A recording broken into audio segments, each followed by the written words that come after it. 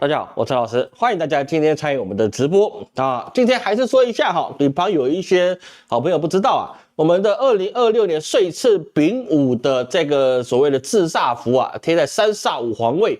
那五黄位尤其是南方啊，那要去贴，那怎么贴的一个详细内容啊，老师已经放在我们的贴文里面，包括老师的朋友圈 LINE 里面都有跟各位去说明了，有10点重要事项，那请各位去按照那个方法哦，你该念什么的，该怎么样把旧的取下来，那这里都给你讲清楚了，好吗？那今年有特别就是什么呢？过去呢是老师跟金老师一起合作，我们产出一个图表，但是呢，在我们岁次丙午年啊，每一个人的机缘不一样。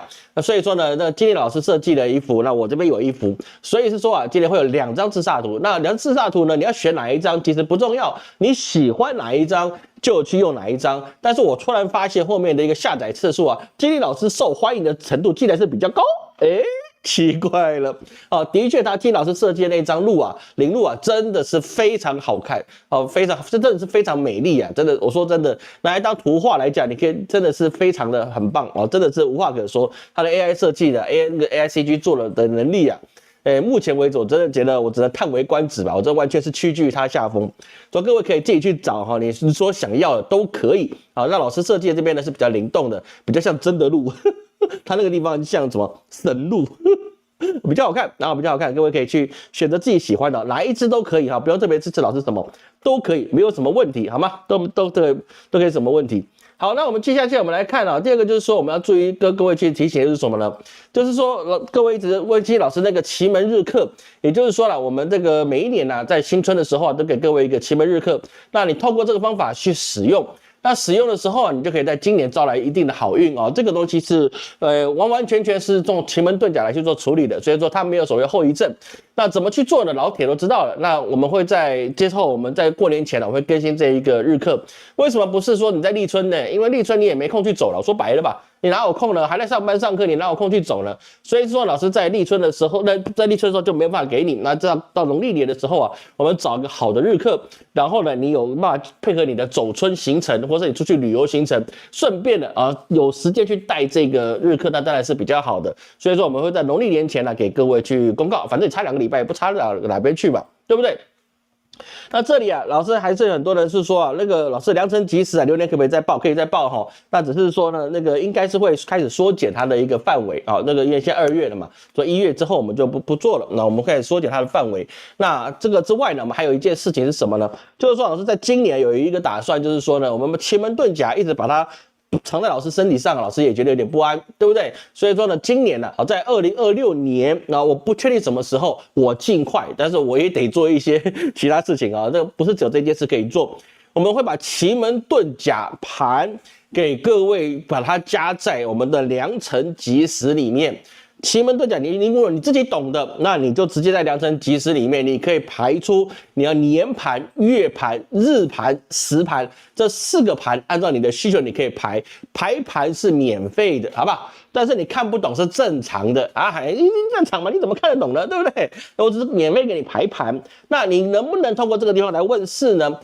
我现在正在想这件事情，就是说把它变成了可以让各位可以在问世的过程之中，透过数位陈老师或是我们的一些批算，让你能够用这个日课来去做一些你想要达到的事情。那价格一定是高，因为奇门遁甲它不同于一般的命理学说，所以它价格一定是高。但是呢，其实可遇不可求，因为市面上你要找到会奇门遁甲的人不多。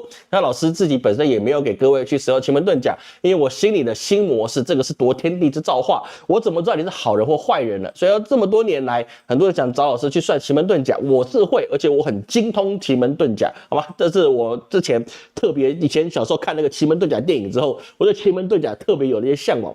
所以说呢，我的奇门遁甲是非常精通的，老师非常精通的。那怎么去用？给大家可以取得平衡了，给老师1年的时间，就是他现在11个月的时间，那我一定尽量把它做完，可能很快也可能很慢啊，不一定。我只是先跟我讲这个事情。然后呢，老师下周3老师要带前女友跟他的小孩，我们要去旅游一段时间。哦，所以说呢会先到上海，然后我们后来到西安啊，这次可能不去哈尔滨了，因为那个前女友她不怕冷，但是她小孩怕冷，所以说我们就不去哈尔滨了，所以我们就到西安去啊，所以说呢会有2个礼拜的时间呢是不在台湾，所以这2个礼拜在除夕之前呢，很抱歉啊，老师没有办法接收到你的现场的咨询啊，这跟各位去谈一下啊，跟包理解一下。好，那我们现在直接进入我们的今天的主题哈。其实目前为止啊，其实现在世界局势是非常的一个严重的。我们首先看到日本这个地方啊，高市早苗现在真的是磨刀霍霍，他希望能够借由他自己还有的一个民调，他希望能够在2月8号之后重新再选举来巩固他自己的地位。这个问题我们上个礼拜已经说过了，那个基本上是没有什么太大的变化。但是问题是什么呢？问题就是在于它的软肋在哪里？为什么它这么急？那我们之前提过，这是在日本的物价。日本的物价也是很有意思啊，比如说你1月初，它5公斤装的一个大米，它高达4416日元啊，这个是公定价。那但有些地方会有些超基安，有些地方是比较贵，有些比较便宜，还有米的等级不一样，我们不一一去比较。但是均价大概在这个地方，这个也是已经创下历史新高，而且是一直在持续的走高。所以说啊，有人说这个到底是为什么？这个原因有很多。第一个就是说，你之前米在收购的时候，它收购的钱就比较高，这个是官方说法。老师必须跟各位讲，这是日本的官方说法，就是他们在收购这些的时候，它成本比较高，所以它就不能降低卖。也就是说，日本它走向的已经没有之前的那种。可能在他们的天皇时期，或是更早之前的那个幕府时期，至少还可以用一些均价的方式，平底法之类，慢慢均价去治理。所以说现在就变成是说，完全是由什么呢？是由日本的农业协同组合，也就 JA 代还有 JA， 那他们去做这个收购的时候呢，他们来去决定市场的一个售价。那在这个状况之下，你日本的米，这已经是最基础的一个地方，就是他们是米食文化嘛，对不对？即使现在西化严重，但是米食文化还是有和食嘛，是不是？不是核电厂的核，是和平的和。那这个和食基本上它还是会有，就是说它很需要大米这个东西。所以说，就光今年我们刚度过的那个1月份啊，各位记得我们离2027年只剩11个月哈，今天2月1号有没有？光阴世界，岁月如梭。所以说，就光2026年年初到现在，已经有数千种的商品已经开始涨价了。到全年来讲，他们估计啊，日本当地的经济学家估计啊，全年会有1.5万种的食品将调价。1.5万种，有这么多的食品组合吗？我怎么吃来吃去都是这些东西啊？他们这个可能有很多原物料吧，这个总共1.5万种的食品还会继续的涨价。所以说日本的经济这已经呼应到老师去年跟各位一直大声疾呼的是，日本的经济跟韩国的经济是不可能好的。你说韩国还有点机会，人家的腰杆子软，对不对？所以说呢，他懂得低头，形势比人强，是不是？不是说你臣服于中国就是好，而是形势比人强，你的贸易就需要靠中国来做的时候，那么你跟他合作只有好处没有坏处。那么在这个状况之下，日本它竟然还有到今年还有1.5万种的东西还要继续涨价。那么你要怎么样去面对这样子的通膨？所以说，真正对高市早苗来讲，你现在举办，你可能还有点名气可以用；你再晚一点个1年啊，那你可能真的是选不上，你可能还被弹劾掉的状况是会有的。而这个问题是在哪里呢？我们刚才讲到日本的农协啊，就农业协同组合这个组织也是非常大的一个晦暗不明的一个成分存在。为什么呢？因为它主导了日本大米的流通，它掌控了多少大米的流通呢？没有全部这没有办法，就是已经完全垄断，这个是绝对没有办法的，它只能垄断90%而已，好不好？还有10%嘛，对不对？你自己去楼下去那什么，那个去农村里面跟春田先生买一下，是不是？或是跟那个什么米兹必须先生买一下，对，那还可以。对不对？那还行啊，村上先生买一下都行，高田先生买一下也行，是不是？但是呢，你大部分90%啊，你都必须透过农业联合去卖，因为农民也没办法。我不愿意完全直销，而是我只要开始直销前卖得好的状况之下，你就损及了这个所谓的日本农协，那他们就开始全面封杀你，不让你上架。就这么简单，他不让你上架，你不能跟当地的市场合作，你不能搞直销，你必须透过农业协同，就是 JA。来去销售，所以说你不跟他合作，他说好，你不卖就不卖嘛，对不对？我们是一个自由的社会，所以说你不卖是可以的，但是其他地方你不要想上架，没有人跟你接头，那你怎么办呢？你只能卖给一般人，那一般人直接去找春田先生，找什么先生，村上先生，就直接农田里面去买还可以，但是呢，你通路就完全无法打开，因为日本农协掌握了几乎全日本的尤其是大米的它的一个通路市场。这个其实在台湾有没有见过？台湾也是有见过，比如说台湾那个大型的那些连锁超市他就会特别去挤兑一个什么，挤兑那个美联社。对不对？美联社它就走社区型的，是现在常常被挤兑。为什么？因为你在跟美联社做生意，那其他大牌就说你这边上架费要提高。过去现在可能没有了，那过去是这个样子。所以说，当你资本到一定的程度之后，你的百姓的一个民生所需，政府没有办法介入的时候，你就变成的是，你明明知道他囤了这么多的米，而且这些米是百姓所需要的，而你这个米，如果你只顾农协的利益，而没有政府去介入去管理的时候，那么你这些的米一旦提高了，百姓吃不起饭了，它就会怎么样？引导到其他人万物都要涨价。为什么？因为米涨价，我的辣椒没涨价，是不是？但是我要吃米啊，卖辣椒的我要吃米啊，那我辣椒是不是得涨价？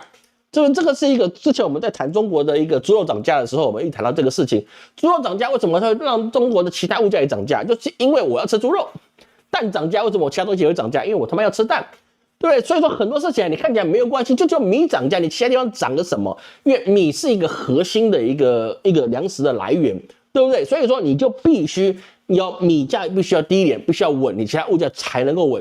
如果你的米价不稳，那么百姓的生存出了问题了。你今天已经不是说你今天电费高，我少开冷气这件事情而已已经不是这个状况了。我少开冷气，我裹棉被，我撑一下，我可以过一下；暖气不开，我过一下。可能还有点机会，但是你没饭吃，你能撑几天？对不对？你不吹暖气，不吹冷气，你可以过10天；你不吃饭，你能吃过10天吗？不行。所以就变成是说，日本明明知道这个东西你是一定要让它降的，但是它却永远降不下来，因为就是它里面有资本的力量在里面操作。那么国家的利益就已经是怎么样？已经不被重视的，资本的利益大过国家的利益，那你说该怎么办？所以在这个状况之下，你说日本它有没有可能在第一季、第二季之后，它慢慢的降价？这个是有可能的，但是你降的幅度不可能高，因为既得利益者，我手上这么多米呢，我为什么要去损及我们的利益呢？而且那里面本来就是一个说不清道不明的账。那么怎么可以让你去过去呢？就跟什么一样呢？跟中国的那个国足一样，对不对？踢球那些人真的能够有资格当国家队吗？那个不是我在讲的，中国的同胞你们自己讲。中国国足里面那几只脚真的能够去打世界杯，去打比赛吗？那个春超都比他们强得多了去。然后呢，你就在那边，为什么？因为那官二代在里面嘛，这边都关系人插进来，你强不强不重要，你至少背后有人嘛，你就可以进去了嘛。有能力了，你当坐冷板凳嘛，是不是这样？这个东西大家都知道的事情，但是你就是有这些后面的有人再去拖的时候，你这个事情是做不好的。说日本农协也是这样是没有办法去把它给挽救出来，几乎是难以去做好的这事情。所以是说这个日本的专家去预测随着春季的来临，仓储成本的上升，那么它有可能在3月之前去出售一些库存，那么就有可能会降价，但是有可能就是4000块的那个日币以下，但是还是只能在这个10%之间去上下，因为你其他东西涨，它还是有理由去涨回来。所以说呢，他们认为是说2026年日本的所有的物价是常态化的涨价。而且他们认为日本的帝国数据公司，他们认为是说，2026年1月到4月，日本也会光这个第一季就有3593种食品预计要涨价当然你全年放下去呢，41、16嘛，你是不是等于是说你全年会有1.5万种食品涨价？所以在这个状况之下，你是很难去让日本的经济变好的。几乎我们没有办法从这边可以看到是说，日本你怎么去突破你自己国家里面的经济？基本上，各位如果有研究经济就可以明白，没有办法去突破。你半导体，第一你做不过台积电，第二个你高端做不过台积电就算了，你低端的东西你也做不过中国。中国的低端的那些晶片，28奈米以上的，甚至48奈米以上的这些车用的或是一些电器所使用的半导体晶片，中国占了全世界60%，所以它完全是掌握了全世界的半导体的市场。台湾很多朋友还是认为台积电是掌握世界的市场，没有，台积电只掌握了3奈米到1奈米之间这样的 range 里面去做高端的，比如说你尤其是手机或者是你的 GPU 这个东西，的确台湾才能够做那不代表其他的东西台湾也能够去抢这个市场。会懂老师意思吗？说很多东西你局势你看不明的时候，你去做这些事情，你就会发现怎么跟你得到的情报跟世界的脉动是不一样的那就会产生了很大的一个误差。所以从这边来看呢，我们就怎么见古知今啊，我们见古知今。所以我们看到日本现在你的米是可以这么贵，那么对于过去的历史来讲，有没有什么东西可以跟它去对比的呢？当然，我们就可以知道什么地方的米可以当成货币般去使用。那很简单，就是大唐帝国，也是我们盛唐时期。哦，大唐时期啊，那个长安的米之贵啊，哦，那它可以几乎等同货币了。你有米，你就等于你有钱，但你不需要铜板，你也不需要银两，我有很多米，你就可以任何时候就换钱，就包含了过去封建时代，你农产品都可以当做发给官员的俸禄。所以说，为什么过去的那些到了清朝为止啊，哦，都有很多的是给你什么呢？给你一半的粮饷啊，就钱，另外一半给你粮啊，钱跟粮为什么都要给这些官员？就是因为你钱有可能会贬值，粮可能会涨价。但是如果我给你钱又给你粮，那我就保证了这个官员他本身的可以怎么样，可以获得的一些维持家庭生活的一些基础来源。各位这样懂老师意思吗？为什么过去的官员他们会有所谓的米啊？你比如说你像刘伯温啊，他封的是什么陈义伯，他就他自己的一个几担米，然后就他们的一个粮饷薪俸。所以他们薪俸就是一半钱一半粮，那有些时候在唐朝那个时候，全给你粮你也不亏，甚至还给你花椒的，辣椒、花椒都可以当你的薪水。为什么？因为你的币值是不稳定的啊。那为什么会这样子呢？因为唐朝其实基本上它是属于一个虽然是封建制度，但是它的市场是属于高度资本化的一个市场。等于是说呢，你的东西虽然整个土地都是国家的，普天之下莫非王土，率土之滨莫非王臣，对不对？那么，但是他们的一个这个资本制度是比较严重的。比如说什么呢？他们是一个所谓的土地的一个私有化，是比较能够一直被他们所认同的。所以土地私有状况之下，那么它原本唐朝初期所做的均田制就变成了虚设。因为你从私有化之后，你就可以大量去兼并这些农田。为什么可以兼并这些农田呢？因为你农业技术跟天候你没办法掌控得很好。第二个就是你的教育并不普及。教育是不普及的，所以是说你的一些士绅，你这一些所谓的这些豪强，他们可以用这些资讯的落差，或者是一个时节的调节上，今天明明知道你现在是旱季，但是你可能旱过一阵子，它可能就有雨了，但是你现在过不去，他就威逼你、利诱你，然后让你把这个土地卖给这些豪强，而且是低价去卖。他说卖给你，我们怎么活？没关系，你可以当佃农。所以说，在唐朝的过程之中，他们是有所谓的一些均田制，到后面兼并之后啊，大量的农民就变成了佃农，变成佃农就是为什么？为这些豪强地主所耕作。那这个状况我们可以看到现在是什么呢？跟美国跟日本是不是都一样的？因为土地兼并了啊，那等于是说你就必须为别人去耕田，对不对？比如说那个某私家族大量去兼并了一些破产农田，日本也是一样，你不帮我耕作，你虽然田是你的，但是我不给你通路，你也只能卖给我，那是不是等于你是有土地的，但是你等同佃农？因为你种出来的东西你卖不出去啊，会懂老师意思吗？日本土地是私有的啊，你绝对是个农民，没有人可以剥夺你这个身份，也没有人去剥夺你的土地，但是你种出来的东西，我他妈的我不让你卖，咋办？那你就只能就卖给他，那跟佃农有什么不一样？名义上是你的，实际上不是你的啊，对不对？那再来就是说呢，唐朝它后面有2税制法改革之后，货币也增加了百姓的负担，因为特权阶层它可以逃漏税啊，像美国，你越有钱的人，你缴的税越少，因为他们有很多奇奇怪怪、千奇百怪，任何可以去让他节税的东西，让他那些有钱人几乎不用缴税。像特朗普之前被爆出来，他缴税才缴个几百块。对，几百块美元，但是你一些平民百姓，你每个月缴的是1-2千块的税，那你怎么去跟他比呢？就是你税捐的不公，也是唐朝的一些问题。那现在也看到成为了这些所谓的资本主义国家，它特别会形成的一个事情。所以说啊，也包含了是什么？也包含了贵族官僚在唐朝的时候啊，上品无寒门，下品无士族，也就是变成他们的贵族体系也去掌握了这些特许的工业。那这跟现在有什么不一样呢？日本的农协你是不是完全去掌握了你整个通路？日本政府却没有办法让他们怎么样？我给你补贴或者我给你命令，你必须从其他地方来去摊平这样的亏空，或拿你之前的盈余来摊平这个亏空。你必须把这个每公5公斤的米给他卖至少2000块对折，能不能？不能。但这个东西在台湾在过去是可以做到的事情，因为台湾我们有那个农粮署，我们会收购所以说这个状况你就变成是没有，就变成说你特别阶层的人，特别的这些贵族阶层的人，你去掌握了这些所谓的这一些对民生百姓所需要的，那么美国更不用讲，对不对？你石油是美国人可以管的吗？不行，对不对？你不行啊，水你可以管吗？你还有水权，你还有地权，对不对？那你还有那些厂的权，那你怎么去管它？没办法管呢。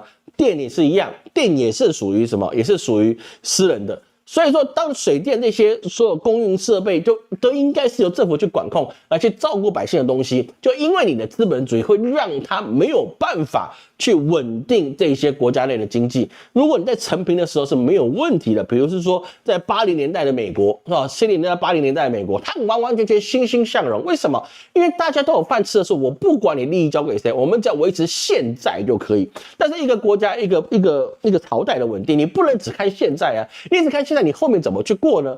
对不对？所以说过去为什么我们这个行业很重要，青天街很重要，我们要特别去预测啊，你这个天气怎么去过，还有你的这个什么，你的理智，还有你的这些耕作这些农民力怎么去安。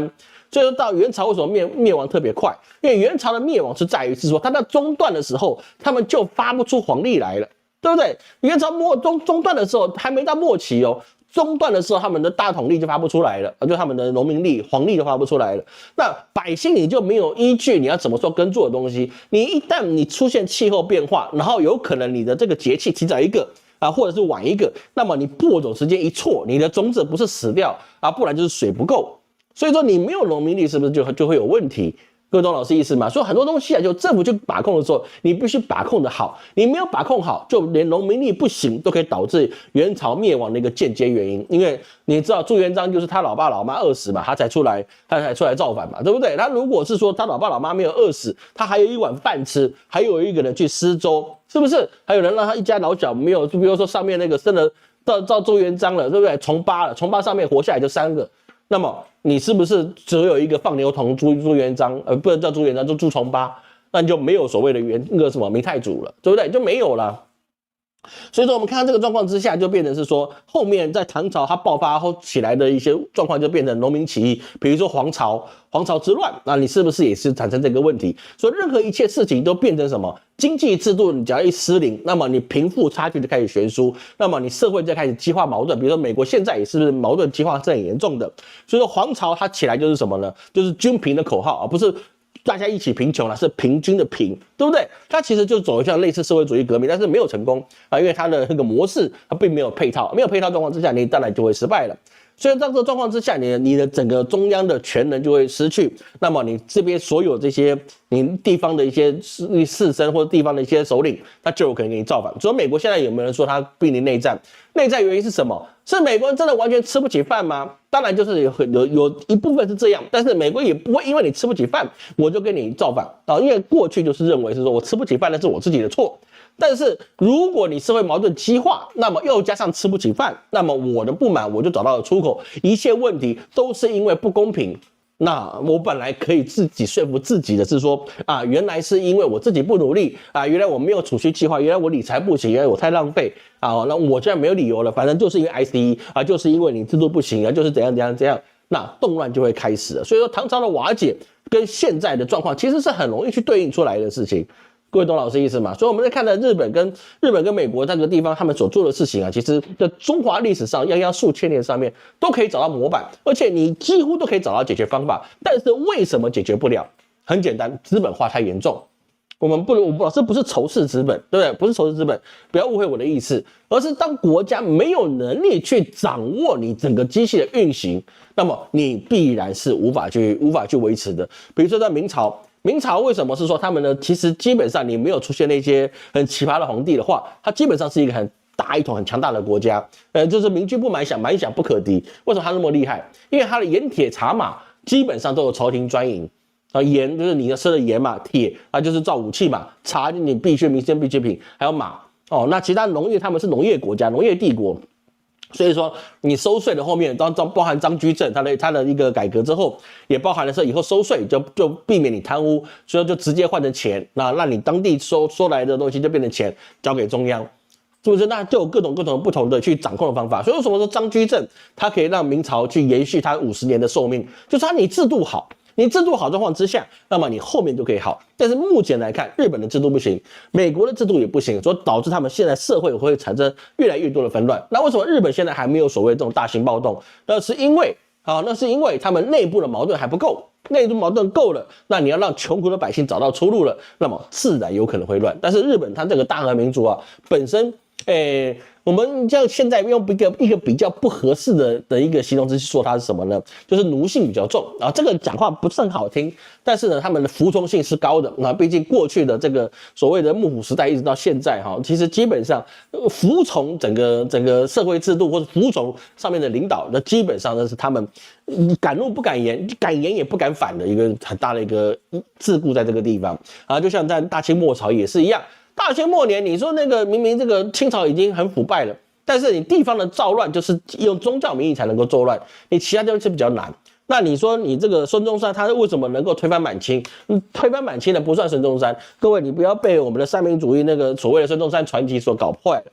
推翻满清的跟孙中山的毛病没有太大的干系，孙中山只是被利用的。为什么？因为要推翻满清的那是袁世凯。袁世凯才是推翻满清的第一把推手。袁世凯只要不反，清朝就可以把孙中山给剿平，因为整个国家机器基本上都在清廷手上。袁世凯没有动这个脑筋的话，那么其他国家的政要都会去支持清廷，继续维持他们的清朝的统治力。就像我们看到八国联军，对不对？八国联军甲午战争，那甲午战争就拿这个台湾，那其他东西还有拿吗？八国联军进来，烧杀掳掠、抢劫，像是什么杀人放火，对不对？强奸民女之外，那他们也就撤走了，没有人要你中国的土地，是不是？都没有。所以说，真的要去打，那么清朝下定决心不怕牺牲。那如果你呢，袁世凯将士有名，曾国藩将士有名，完大家全部拧成一条绳去打这个所谓的革命党人，我告诉你，辫子留到现在都还说不定啊，应该是不会了。但是基本上，你孙中山一定是被消灭的。所以你的制度不行的时候，你很多事情你是不行的，不能够去维持的。各位懂老师意思吗？所以说我们来看这个状况之下，你整个制度不行的时候，那就我们等一下来看到美国啊，美国会有什么样的一个状态？好吧，看各位有什么问题。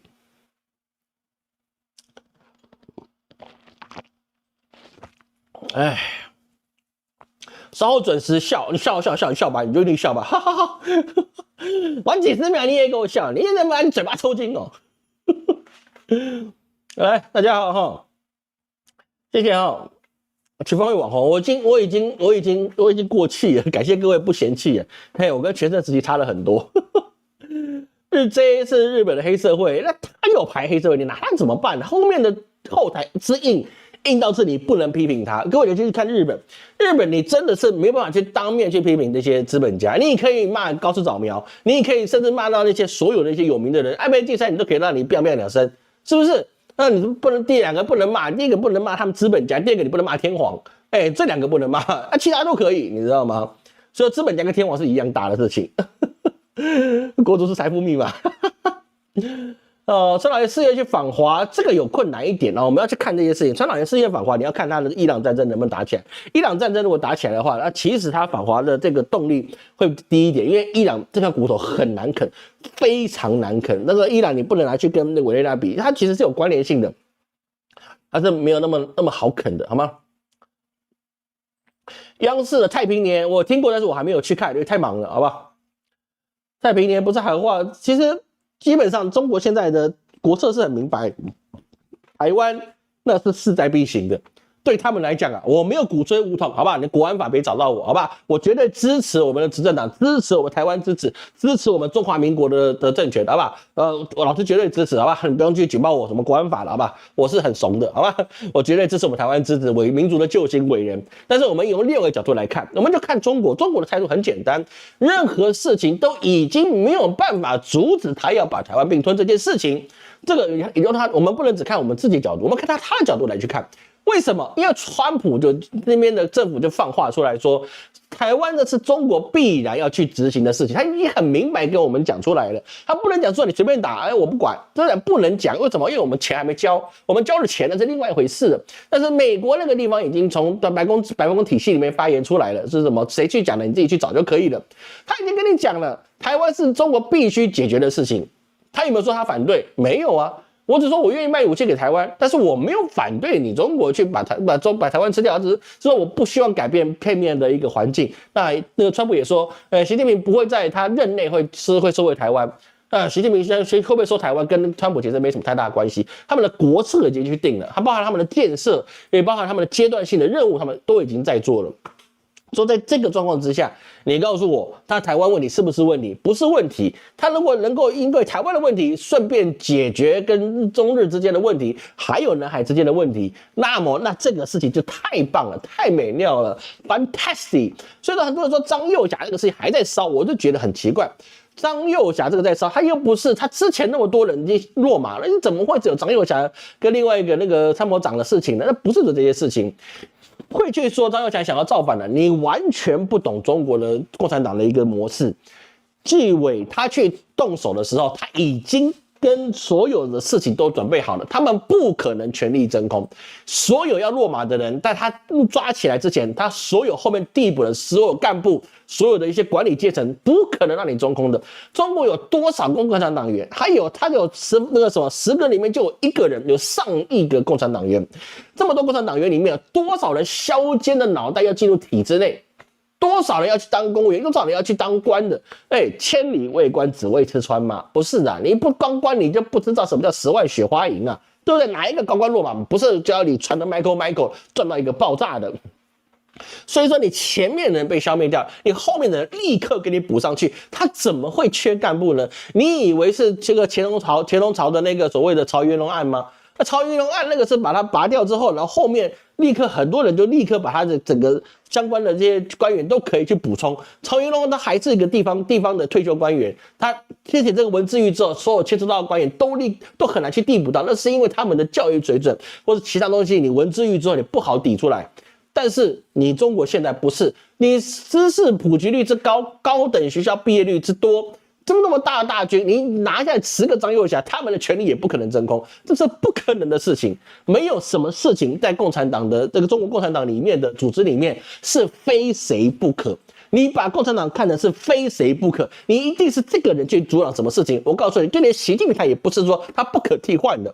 对中国共产党来讲，每一个人你是负责你的工作，当你不符合党的利益，不符合党机器的一个运转的时候，你就是可以被替换掉的。没有什么东西是必须是你的。你看，我们就很简单，看6次天安门事件就知道了。或者所谓的85学运还是89学运忘记了，对，看6次天安门就知道了。6次天安门，赵紫阳被斗下台，后面的人立刻顶上去。对不对？赵紫阳被动下台了，那后面是不是顶上去？你都顶得上去，代表说他所有接班人、所有那些人才的储备量之大，不是你用我们这种小国家，或是这种民选制度的地方，你可以去想一下，他们公务员体系是会造成真空的状态，几乎是不可能。任何能够带到他们的一个，比如他们在一个厅级的时候，都已经千锤百炼。都已经是这种人精中的人精，那讲的吃喝拉撒都有一定的套路在。那么这样的人精，你说上面人倒了，下面会不会去接？肯定接。他会不会接不起来？肯定接得起来。为什么？因为当你一个人出事的时候，他是把你连根都拔起，直接给你酒足消消乐，对不对？把你所有关系都把你拔掉，让你没有办法在后面继续去发挥。所以无论你是官二代、红二代还是谁都一样，你只要不符合党的利益，你只要不符合国家的利益，你不符合整体的运作的趋势，你就会被替换掉。他们的制度之严谨，他们的所有内部的所有党机器之巨大，没有外面的人去想的这么简单。所以什么美国的经济学家认为说他们要去政变什么的，你不是 ridiculous 吗？你根本就是完全不懂得什么叫中国共产党，你也不懂得中国的官场现行记。他们都是已经准备好的东西不是我们用一般的那个谁去下台了，另外一个就要起来抢。没有啦不是给你抢的都是有安排的，都是有安排的，好吗？这要理解好吗？日本文化有一件讲很多人形成从众思维，这是这样的，没错。以挂来看，大陆是93或还是94还是96，你不能这样去看。那你讲的是卦爻，你不能这样去看。你这样看的话，你有点外行但你就有点外行了卦不是这样看，易经卦不是这样看的这个是有点外行，好吗？这个你的这个外行了。你这样讲，这个我不会掉入自尊陷阱里面，因为你这个做法是错的，你不能用这个方法去看，你不能用整个用乾卦去看，那个是不对的，好吗？这个8864卦它有各自的卦的一个用途在，而不是说你只有在乾为天卦里面去做变化，那不是的。那个你要去看一个皇朝里面，它有不同的时间。我们讲一个很简单的事情，在庙里面看了求签，它会有所谓的上卦跟下卦。你看推背图，它也有上卦跟下卦，它有没有完全都是一个卦去做？没有，它会变化，它会更迭，它会有阴阳交替，它会有游魂卦啊，很多东西都是会变的。你不能用这个所谓的九己去看啊，这个是不对的，好吧？那就变成你是野史啊，太野了，就跟那个鳌拜是圣诞老人一样的野史，太野了，野到难以置信了，好吧？好，所以说我们继续下去啊，所以说我们看到这个东西啊，我们就可以来对比一下哈。我们看到过去的历史来看，那我们美国的这个现在目前状况跟唐朝有没有办法可比性的？还是有可比性的，对不对？为什么呢？为什么老是把唐朝来去做呢？因为唐朝它有个李世民啊，他制造一个什么呢？天可汗体系，对，天可汗体系，就是说呢，这天可汗体系啊，它掌握了全世界很重要的商业往来，尤其他控制了丝绸之路。是不是丝绸之路啊？它就以长安作为国际性的都市。说真的，你现在跟华盛顿、跟纽约差不多的，就变成说它是世界的经济中心，至少半个地球的经济中心是在长安城。哦，这个唐朝的之大到这个地步啊，各位你不用去怀疑，盛唐时期啊，亚洲就等于唐朝。哎，这个不夸张，绝对不夸张。好，我就不夸张，包括它的文化、经济、政治，所有资本跟它的商业的复杂程度啊。各位可以推荐各位看一部戏啊，这部戏各位很早以前应该看过，叫做《长安12时辰》。《长安12时辰》里面啊，就可以很清楚的看到哦，他们的一些可以看到他们的一个文化的一角是什么一角呢？就包含了你要去突击，对不对？他们的军队的穿着跟他们的一个阵型，还有包含他们去怎么样去做昆仑奴啊，怎么样去做那个跟兼容这个所谓的扶桑国，哦，很多东西啊从这个地方都可以看到。所以说，各位有兴趣可以看那个《长安12时辰》，它里面是非常有意思的。12时辰真的干那么多事啊？不行啊，不行。但是它那个戏剧很有意思。所以在天可汗的体系之中啊，它可以掌握世界至少半数的经济。那美国行不行？我们也知道，美国在几十年前，它是全世界56%的 GDP 都在美国身上。它算不算一个天可汗？绝对算。为什么？因为它就是战胜国之外，它也是受伤最小的，所以它的军事力到现在为止还是辐射到几乎是半个地球以上。啊，都是在美国的掌握之中。所以美国说他现在的天可汗，说他世界霸主，这个绝对没有什么好说的。但是不代表现在的霸主，过去的霸主等于未来的霸主啊，那个不是这样看的。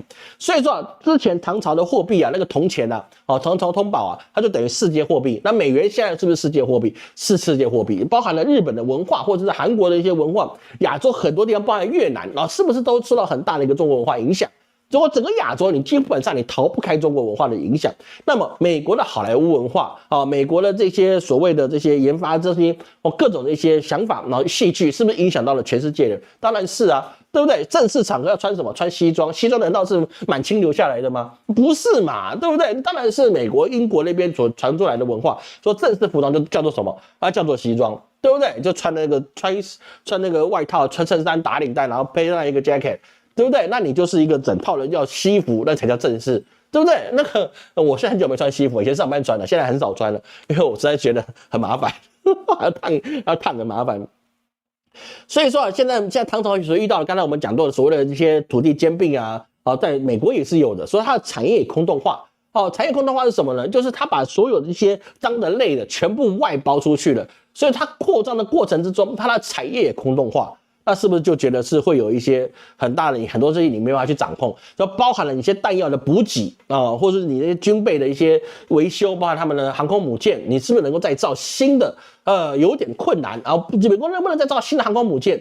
说真的有点困难，但是是不是不能达到？也不是。你再给美国，只要是川普以外的总统，你大概给他一个3年到5年的时间呢，我相信美国自己还是能够重新做出航空母舰的这个产线，它是可以的啊。潜舰什么都，潜舰本来就没问题，航空母舰的产线一定是可以出来的，因为它本身虽然你的青黄交接是有问题的，但是不代表它捞不回来。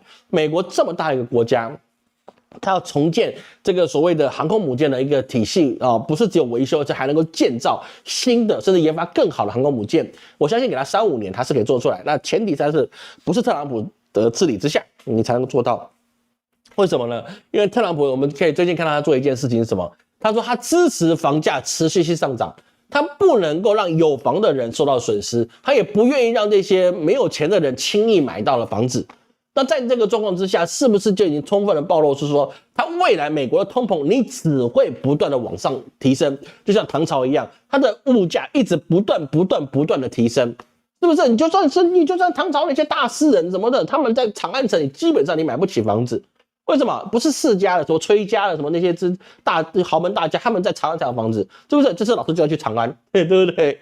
那他们才有房子，对不对？你根本买不起，你那些大士人、大官你也住不了长安城的内的房子，你住宿舍可能还有点办法，那长安城的房子买不起，就兼并太严重了。所以说，特朗普他的发言就很简单，我不让房价下跌，我也不支持房价下跌。那么他这样的话，政策一出来，是不是就等于是说，他要让房价一直维持在高点？维持在高点状况之下，很简单，如果你是租房子的，你的租金会越来越贵。你租金越来越贵，那么很简单一件事情，那你的工资是要越来越高，因为你一定找工会嘛。我现在他妈的租金本来可能就要1200，我他妈今年要2100，夸不夸张？我告诉你不夸张。老师这么多的贵客跟老师回馈，租金的确上涨的这么夸张，对，本来就是1200、1300的，到今年变成2000多块，为什么？因为它的成本，这个房东持有成本变高了，那么他当然就要提高房东也要吃饭，物价高了，房东要吃饭，那我的房租是不是要高？所以前几年在2019年的时候跟2020年的时候，很多的美国的贵客跟老师讲，老师我的房子我是不是要卖掉？我说你不用卖，你租出去就可以了，你不要想现在变现。他说现在房价涨很高，我说你不要去想这件事情，你只要放着出租就可以了。那出租很麻烦，有些个人不缴租，就还要请警察。我都不管，你只要房子拿着，你就不亏。你交全款嘛，所以你只要付什么物业费，你只要付那个房屋税其他的没你的事的，是不是？还有一些维护费。所以说你买房子我不是很支持，但是你有房子的，那我绝对不说你要卖，卖肯定是不划算的事情。想买以后买新的，你买不起，你一定亏本买的嘛，对不对？你现在持有房子，你成本一定是低的。所以现在也是应验，当时也特朗普上去了嘛，是不是？现在也是应验。那现在未来的美国，你是不是你经济会越来越萧条？会，为什么？因为房价上涨，居住成本上涨，那你百业又开始上涨。你说现在美国是不是它现在的物价是有下降的？是因为它现在调低了中国的一个关税，说物价是趋于稳定，不是下跌。就认同老师这个意思，美国的物价是趋于稳定没有到下跌的地步。为什么没有下跌？因为我现在已经有这个收入了，我没有必要是说我去折价去销售，除非你今天告诉我都是零关税，大家卖很容易，那真的另外一个话讲，但是没有，你这个政府朝令夕改了，我先维持现在的利润，以后你突然来的时候，我还有办法给摊平。对不对？那以后你要怎么去跟那个进口商谈，那是另外一回事。所以现在趋于稳定，就是不大涨价，有一些小部分的回落，少部分就是他之前有去载那个特别关税的那个 receipt， 他那个收据上面特别关税的，他可能就降低了，所以他就有回落，但是本质上你的商品本身是没有降价的。那也可能你那个 receipt 上面的那个所谓的这个特别关税它已经降低了，但是它商品价格提高了。说为什么呢？因为一个地方涨价，就会牵连你整个体系都会涨价，所以就变成是说它的政治制度跟纠错能力是很糟的。唐朝的纠错能力就包含了牛李党争，还宦官专权，就让唐朝开始怎么样呢？你没有办法好好治理你的国家。那美国也是一样 ，ICE 这件事情你说大不大，说小也不小，明明就只是移民官去驱逐非法移民的问题，上升到了是什么？百姓开始形成了我不工作、不加班、不消费，我也不生小孩这个方法去抵抗 ICE， 这个东西是很奇怪的伤敌1000，自损1500的事情，他们也会去做，为什么呢？这是一个运动嘛，然后呢，后面有什么样的力量我就不知道了，但是一定会这个状况。而美国也是一样，美国现在不断的就跟唐朝一样，一直对外的扩张。现在唐朝的扩张，我们知道整个亚洲基本上就是唐朝，就这么简单，大唐帝国，对不对？你看亚洲包含了什么吉尔吉斯坦都是所谓的大唐的国家，不要说泰国、越南、柬埔寨了，那都是唐，对不对？我们都是唐。所以说美国是不是呢？美国也是，我一方面我要说加拿大，一方面我要去说格陵兰，请问你有这么大的国力去养这么大的土地吗？不可能，我说真的不可能，你没有能力去供养，或者你去维持这两个地方你所有的经济的运行。那加拿大本身就是靠美国，对，没有说它靠美国，不代表你美国可以去指引它，那完全是这两回事。格陵兰呢，格陵兰这么大的土地，它人口这么少，土地这么大，你告诉我你要去保护它，你守护它，你得派多少兵去那边？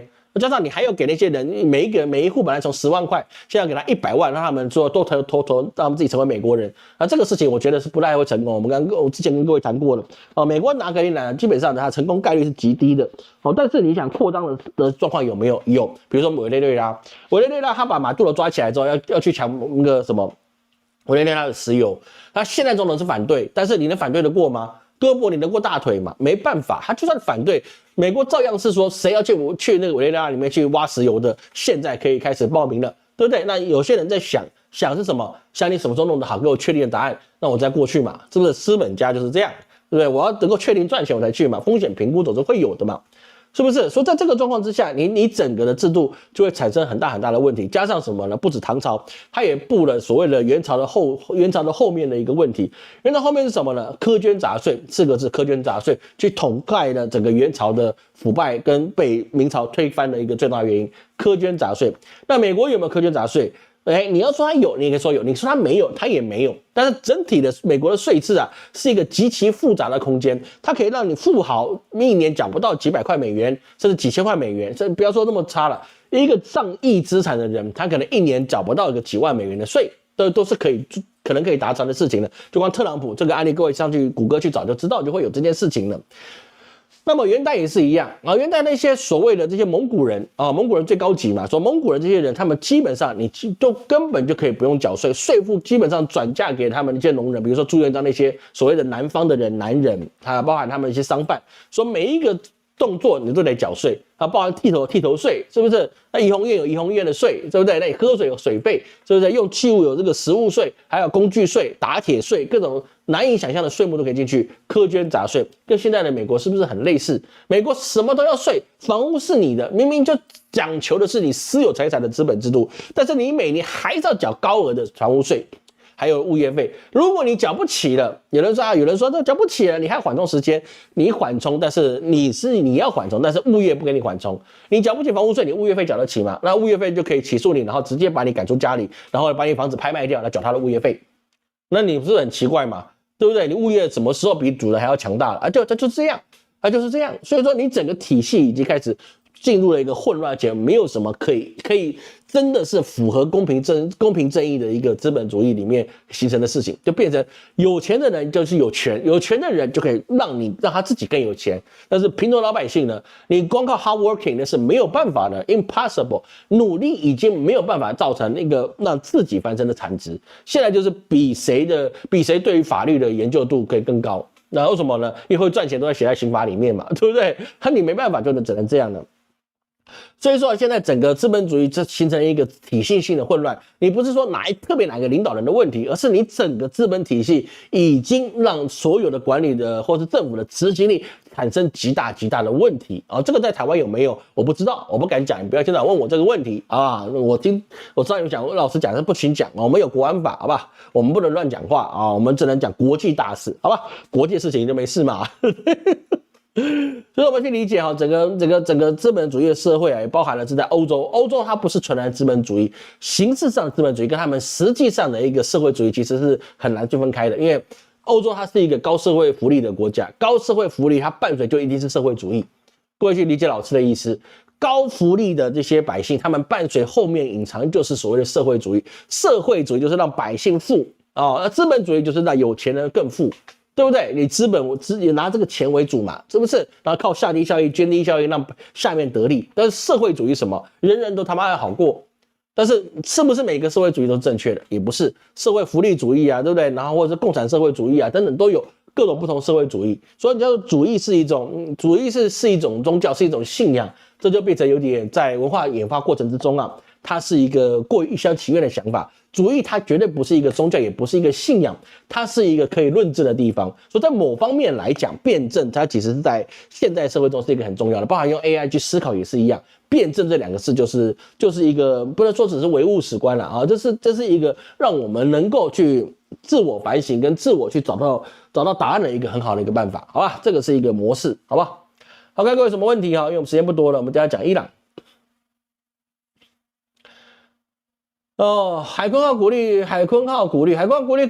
我怎么能说鼓励呢？我一定支持我们的国家，支持我们的国军，支持我们的军队，我打倒万恶的共产党，好不好？很多人说老师讲话要小心，不然哪天同一个问题。我这么讲，我是觉得爱国的，对不对？忠于中华民国，我们打倒万恶的共产党，好不好？这样子，我支持我们的这个民族的救星的台湾金孙，反正就这样吧，好不好？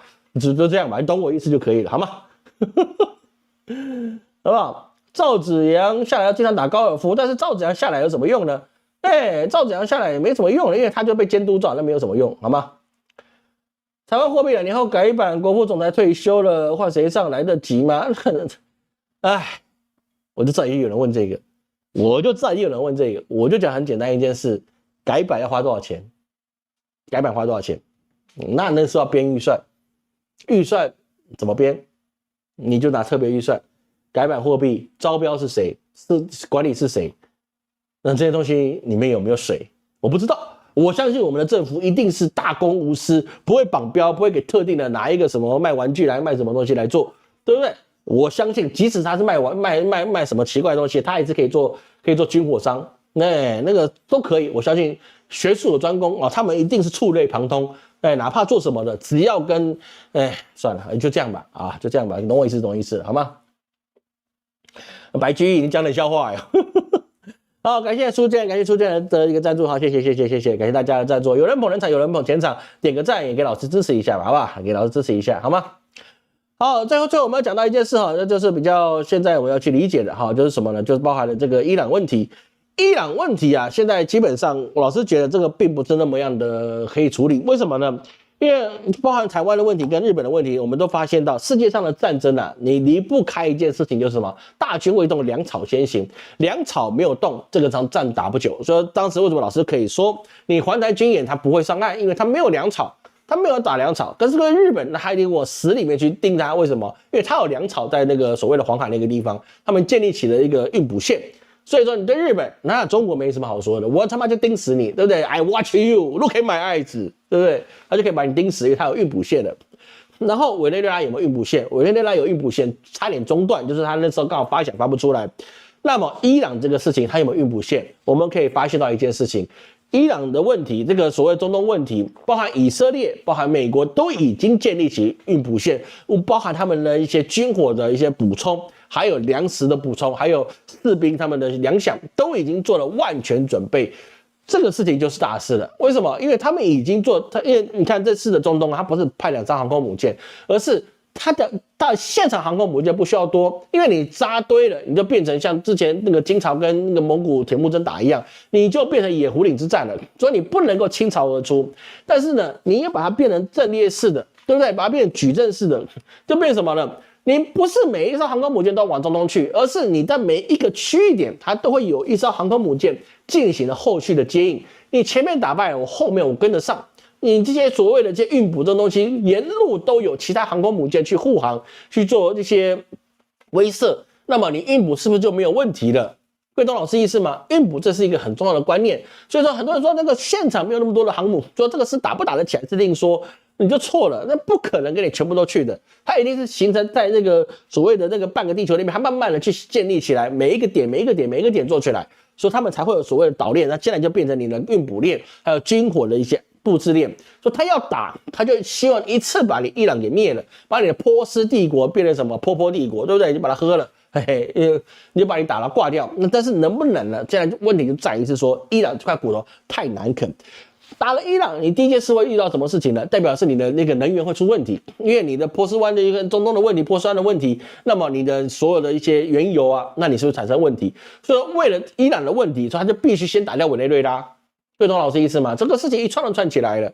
你委内瑞拉马杜罗一定要把它拿走，那么是不是那些后面你去没收了人家几千万桶的这个原油之后，你还可以去委内瑞拉去继续抽它的石油？那么而且美国自己的页岩油，它也没有是说这2年就会枯竭，所以它既然你拿下委内瑞拉，那么自己它也可以就产业有状况之下，那么美国就不是这么担心，是说它的这个波斯湾战争如果新打开的时候，它会受到最大的危险，就变得没有。但是这个事情，这是不是代表是说美国就完全不怕？也不是，因为它的所谓的这个页岩油的裂解法，它也需要水，也需要化学药剂，然后还有一些供应的一些原物料，它才能够完成这一件事情。但是如果真的发生战争了，那么原物料它一定会有波动，不至于拿不到。但是一定会有波动。那么既然有波动，那就是风险，有风险对于资本就是一个伤害，资本不喜欢风险，对不对？那个人就觉得是说风浪越大鱼越贵，那个是散户，你知道吗？散户才会逢那个危机入市。我告诉你，真他妈的真的资本家，谁给你危机入市啊？他是制造危机让你入市而已。那他妈怎么可能真的危机入市？很多人跟老师去讲这些所谓这个市场理论，我又不是不知道。我20几年前我就他妈就已经考到台湾第1期的理财人员了，这些事情我当然学过了，是不是？为什么不行？那是因为老师很多客人，还有一些跟着师傅去拜访的一些客人，都是达官显贵，人家玩的是什么？人家玩的是诱引你去上钩，你还当真了，是不是？比如说这次黄金跟白银，对的，黄金跟白银它为什么会巨跌？因为你就是太多人去吃这个所谓的高杠杆。黄金白银高杠杆去做的时候，他要不要杀你一头？一定杀你一头了。但是后面会不会再把它收回来？会，但是你都没钱了，我不怕你回来跟我抢了，对不对？这个资本就是这个样子，制造一个东西让你去得到。那叫他美国现在也说他不降息，说很多事情就变成是说他给你这个局。美国现在做这个局，在伊朗做这个局也是一样哦，他要去确定他能不能去斩首那个所谓的哈梅内伊，但是目前来看是有困难的，因为他身边有的东西不像委内瑞拉靠的是自己的军队，哈梅内伊他身边要有的是谁呢？身边有俄罗斯的人，可能还有中国的人，还有其他的他自己的铁卫队，这么多的人在状况之下，你要轻易的去斩首他非常困难，因为他这个已经近乎是宗教的使命感。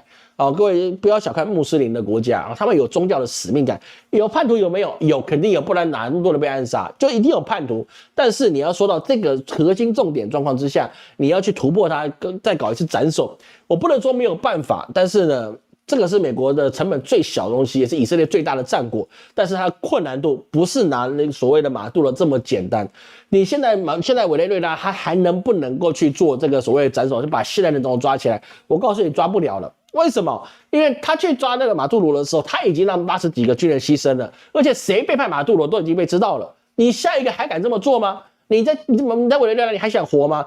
去帮那个美国去把那个马杜罗抓回来的人，他有去美国发财吗？没有，对不对？都没有。你留在当地，跟当时的那个什么老师，那个什么甘霖老师一样，对不对？你一样，就是你当地留下来协助美国人都去死了。所以现在再拿一次能不能？不能。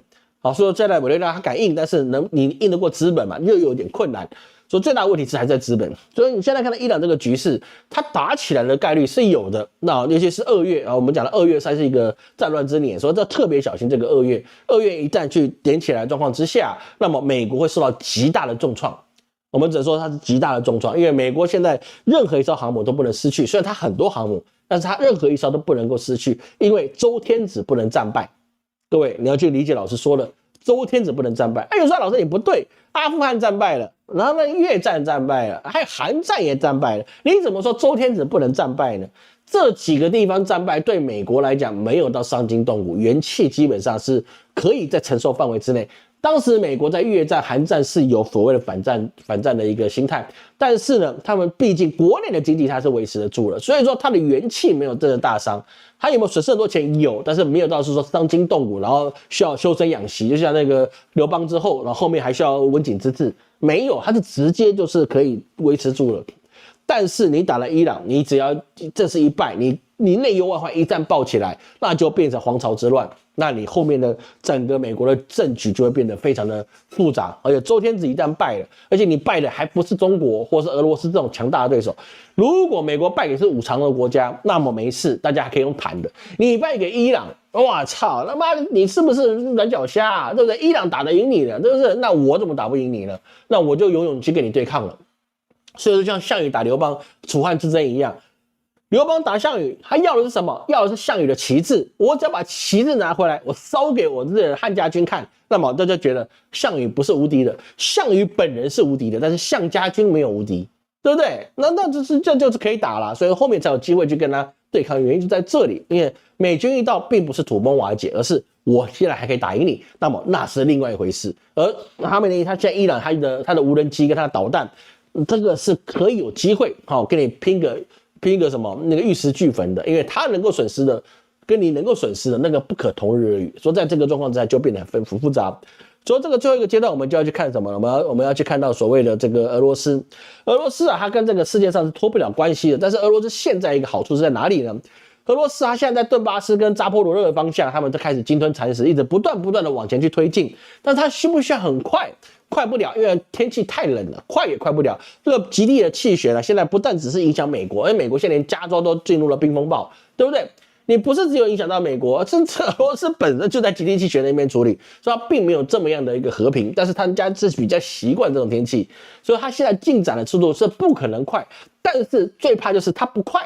它不快，它慢慢建立产线，慢慢建立运补线，慢慢一步一步的把你这个顿巴斯这个地方的方向，还有扎波罗的方向，慢慢的给渗透，慢慢的推进。现在目前为止，这个顿巴斯就是给你三面包围，那扎波罗热的话就是单点突破，慢慢的去取得村镇，然后慢慢一步一步把你吃下去。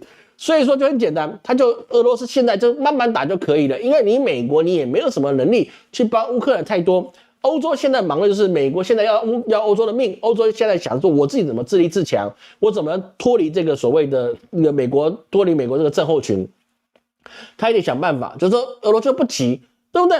我慢慢来，你看谁撑得久，我慢慢来，对我有利。为什么？因为他的国内经济并不是很好，通膨什么都还是有，对不对？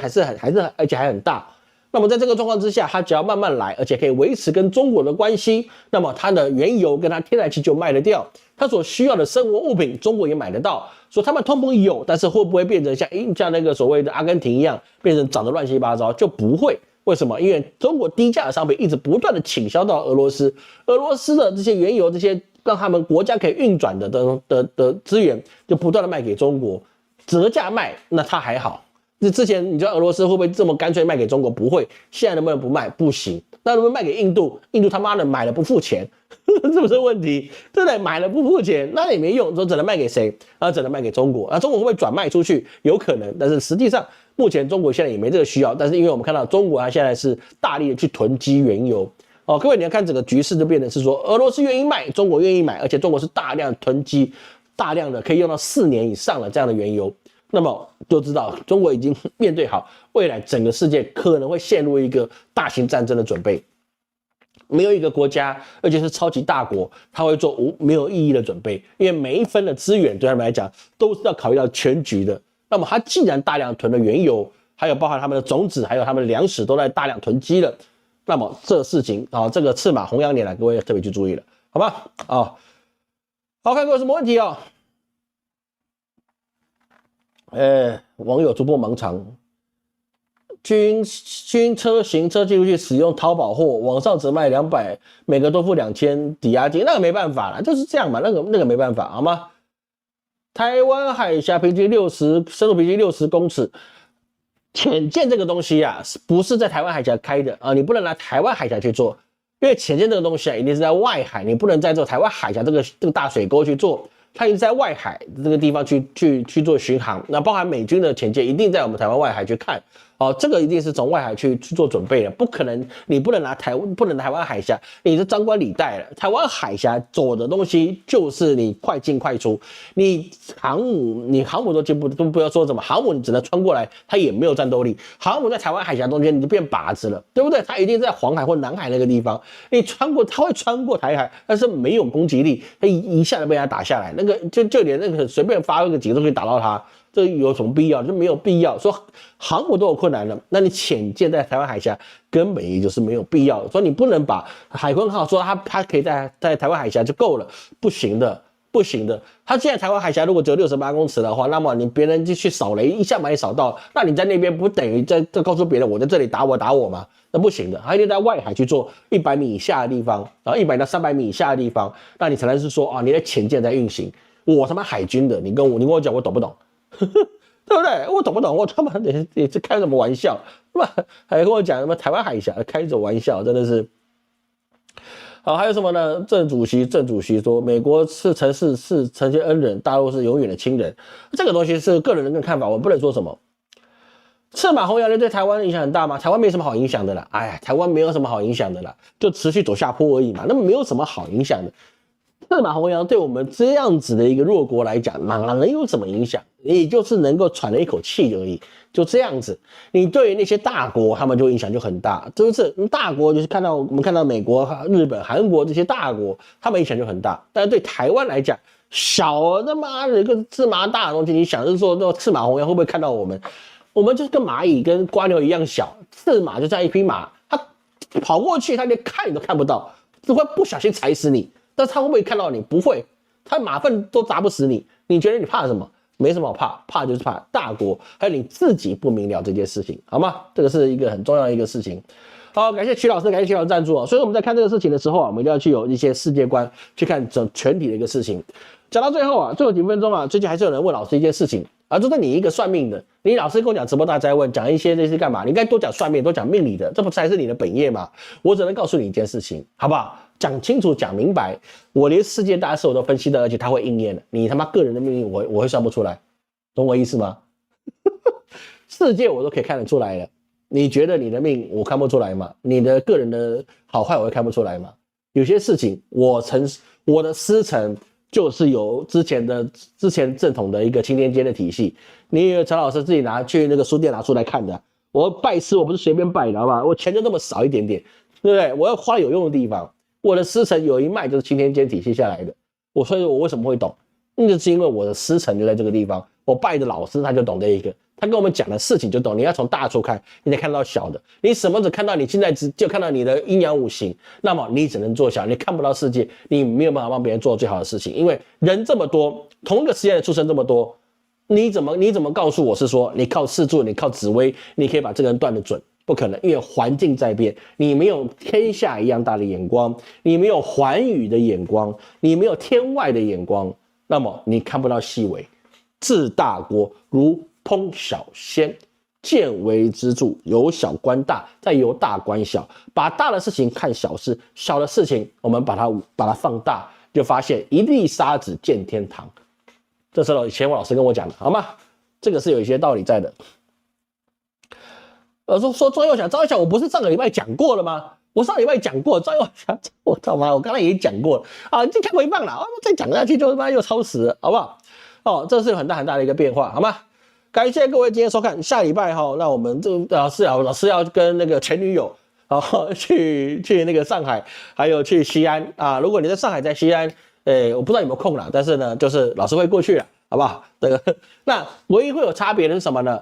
下周日的直播肯定是录播啊，如果我还能录的话因为那个时候我好像刚好要从上海飞到西安去，那我不知道我会不会录播啊，我会不会录播，但是呢，就算礼拜天没有录播，我礼拜一也会播出来，好不好？这样我跟各位承诺一下，我尽量要维持良好的工作的态度。那么各位就下礼拜我们没有直播。一定是录播啊，因为我在中国我没办法直播，直播就奇怪，我怎么直播呢？对不对？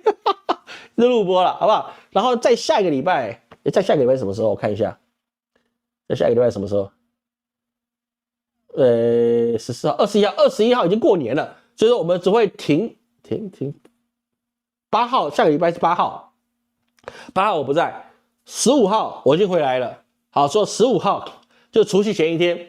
直播就照旧，说有一场可能就有问题，其他的更新啊，老师在路途中就会开始想办法把它维持住，好吗？也感谢小信啊，感谢您的赞助，感谢赞助哈。我们的自煞图，我再讲一次哈，自煞图你是什么时候都可以贴啊。如果你那个时候立春的时候你不方便把它接下来啊，就是就着我们把它请走。你看老师的贴文已经跟你讲了，你不方便那个时候去做啊，因为立春的交接时间是4点。那你不方便那个时候去做，你可以提早把它送走，但是建议你不要太晚，你晚个1-2天没事，你不要晚个1-2个礼拜，对，搞到除夕再弄下来，那么人家也要下班的好不好？那个是有灵气的在的，时间到人家得下班的，你别让人家是对你的口碑不好，好不好？你提早下班，然后跟那个拜拜的时候一起画一些金纸啊，画一些福金寿金挂金啊，就把它请走啊，感谢他。我们的这个念诵的一个经文已经给你了啊，你就念那一段就可以了，然后你也可以先贴。先贴，你可以把它贴上去，现在贴也可以，那你在那天贴也可以你在那边贴好，然后你就念，然后把它启动，也就可以了，好吗？就是新的你可以早贴，旧的你不要太晚接下来，好吧？我们要去尊重每一个人的劳动的一个成果嘛，对不对？那很重要的，好吗？过年愉快好，那过年了哈，那来场围炉直播秀看看吧，我们看状况吧，好吧？因为我这一大家子的，对不对？感谢各位今天收看，我是陈老师，我们2周后直播见。